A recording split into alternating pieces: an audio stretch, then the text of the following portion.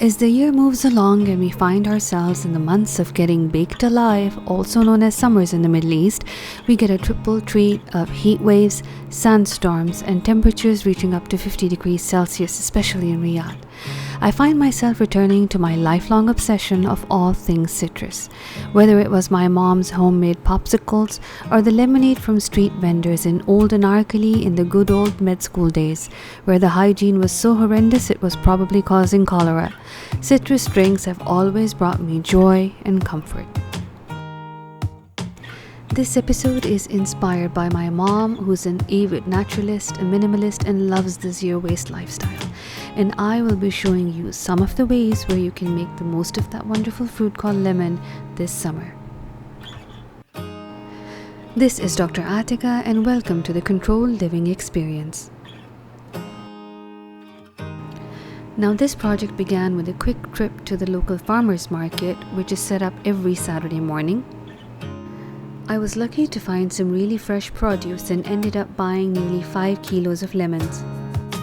Now, of course, the easiest way to use these lemons is just to slice them evenly, remove the seeds, and to freeze them and use them as required.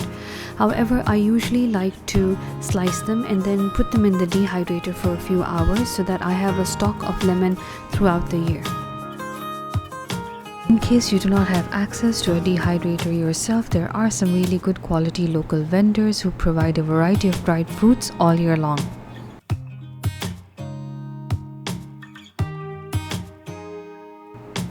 These fresh or dried lemon slices are my go-to ingredient for the cold brew green tea. In case you're not familiar with the cold brew method, it extracts less caffeine, which means it's easier on the stomach. It extracts more flavor slower over time, so the body of the tea is more fruity and flavorful, and that makes it smoother, less bitter, and a cleaner taste. Most unfermented teas are appropriate to be used in this method. As you can see, I'm using gunpowder tea in this video. This container has a capacity for 6 cups of water, and appropriately I added 6 teaspoons of the gunpowder tea along with a few slices of dried lemon. I filled up the container using clean cold water up to the mark, and then I closed the lid and agitated it a few times. It's preferable to agitate it several times over the next few hours for the best results. Now here you can see another batch that I had started to steep nearly 8 hours ago. Here you can see I'm using an extra drip coffee carafe to filter out the tea. Just make sure that there's no cross-contamination between your tea and coffee vessels, because sometimes there is a lingering aroma that might affect the quality of your tea. Using the coffee filter in this scenario is not really necessary. I just use it because the end product is a bit more crystal clear and appealing to look at. At this point, feel free to add your sweetener of choice, chill it either in the fridge or add some ice cubes and enjoy your iced tea. For me, the most flavorful and impactful part of the lemon is the zest, and I always start by zesting my fresh lemons after washing them thoroughly. I use a very fine grate and I make sure that I only get the yellow parts and avoid the white parts because they are the ones that create a bit of bitterness. For this project, I zested half the lemons. Now, the two best ways to preserve the lemon zest is either you can stick it into an airtight container and put it in your freezer and thaw it as needed, or you could dry it into a powdered form. It was very hot in the afternoon, so I just stuck the tray outside for nearly 2 hours, turning the lemon zest every 20 minutes. It looked like it's toasted, however, it still smells really amazing.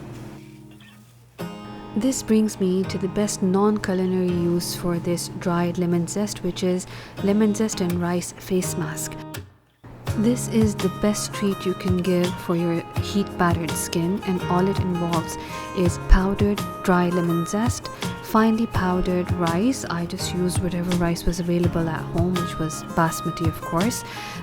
Once you've ground them up, the proportion is 2 cups of ground rice with nearly 4 tablespoons of lemon zest. Mix it up thoroughly. Now this powder, if you keep it in a cool, dry place, it will last a very long time, and you usually need to mix like only 1 or 2 tablespoons per use. If and when you want to use it, just take out 2 tablespoons of the dried powder, and the next step you need to do is steep some fresh green tea. So I'm just eyeballing like a tablespoon of green tea, and I'm filling up the jar with hot water, and I'll let it steep for maybe 2-3 minutes. I don't want the water to be very boiling hot, but I do need it to be lukewarm when I filter it out and I add it to the mixture. Once you start to add the green tea, you're going to notice that the powder really soaks up the liquid. Start to mix it really thoroughly and give it a few minutes. The consistency of the mixture is going to change over the next few minutes, where it's going to become thicker and thicker at the end. If the end product is a bit too thick to apply, please just dilute it with the available green tea. Now this mixture is a very soothing combination because it's a collection of the antioxidants in the green tea, the vitamin C in the lemon zest, and the anti-inflammatory and exfoliating effects of the rice flour. So once it's thoroughly soaked and mixed, just apply it to the skin, let it soak in, scrub it, and then just rinse it off with some cold water for the best results. Now the other method of removing the lemon zest is to use a peeler. This ensures that you get nice even strips of the lemon zest that can be used as flavorings in other desserts, also to make lemon peel candy. As you can see, there's minimum white pith attached with the lemon zest. Here I'm going to collect all of the lemon zest and then mix it really thoroughly with approximately 1 cup of sugar. Just make sure that you thoroughly mix the lemon zest and the sugar so that a really homogeneous mixture is created. Once you're done, just cover it up with a plastic wrap and leave it in the fridge overnight. As you can see, over the 24-hour span, most of the moisture and essential oils from the lemon zest has seeped into the sugar, and now that sugar looks like a syrup, and I can't even explain to you how luxurious this syrup tastes and smells. As a first step, remove all of this precious liquid from the remaining peels and set it aside. In the next step, we're going to start working on extruding all of the rest of the lemony goodness from these lemon rinds. And for this purpose, you're going to need nearly 3 cups of sugar, 2 cups of water. Start boiling it in a saucepan. As soon as it's warmed up and it's reaching the boiling point, just add the remaining lemon peels to this mixture and bring it to a rolling boil. As soon as it has reached a boiling point and boil for like 2-3 minutes, put it on a low heat and let it simmer for nearly 20 to 30 minutes. Now at this point, the mixture has been simmering on a low flame for nearly 20 minutes, and it's the perfect time to drain out the liquid. If you're interested in making candied lemon rinds, this would be the perfect time to reserve these peels. However, I'm only interested in doing the lemon squash, so I won't be keeping them. At this point, we're going to start assembling our lemon squash. As a first step, pour the freshly prepared lemon syrup into a large container. To this, we will add the sugar syrup that was created from an infusion of the lemon zest. Sometimes it has residual sugar crystals at the bottom, and keeping it dissolved in the lukewarm lemon syrup helps to homogenize the whole mixture. The third step is to add the fresh squeezed lemon juice Please make sure that you filtered out any pulp or residual pith so that there is no bitterness and that the syrup lasts a long time. Of course, we're keeping it in a sterilized airtight bottle. You will notice that different batches might look a bit different depending on the color and the ripeness of the lemon used. Go with the flavor, not with the color or the consistency.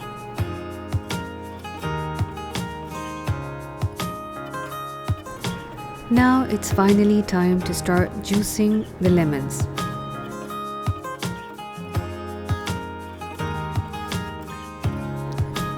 Now I had started off with nearly 5 kilograms of lemons that costed me around 20 riyals. After juicing them, I found it produced nearly 7 cups of fresh lemon juice. I put it through a sieve and made sure that I filter out any seeds or pith or pulp, because that just improves the shelf life of the remaining juice. Now you might have assumed that the story ends there, but that's not really true. I set aside the lemon juice in a sterilized container, and then I collect all of the peels that are left and I pack them in another jar as tightly as I can. Then I just take some generic store-bought white vinegar and I ensure that all of the lemon peels are properly soaked into this vinegar. This jar is going to be sealed and kept for around a week in a cool, dark place. With every now and then I will just be agitating it.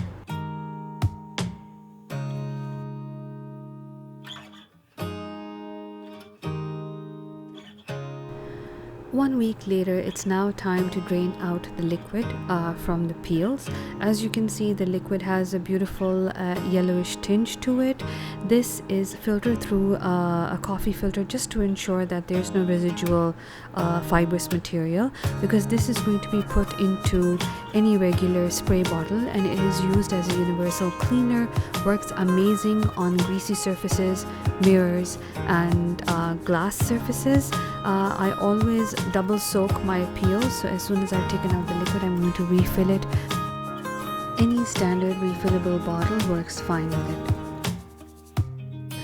And now it's finally time to deal with the lemon juice.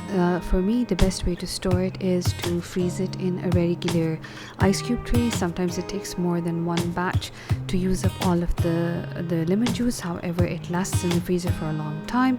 It's perfect to be used for cold drinks, hot soups, or any other uses.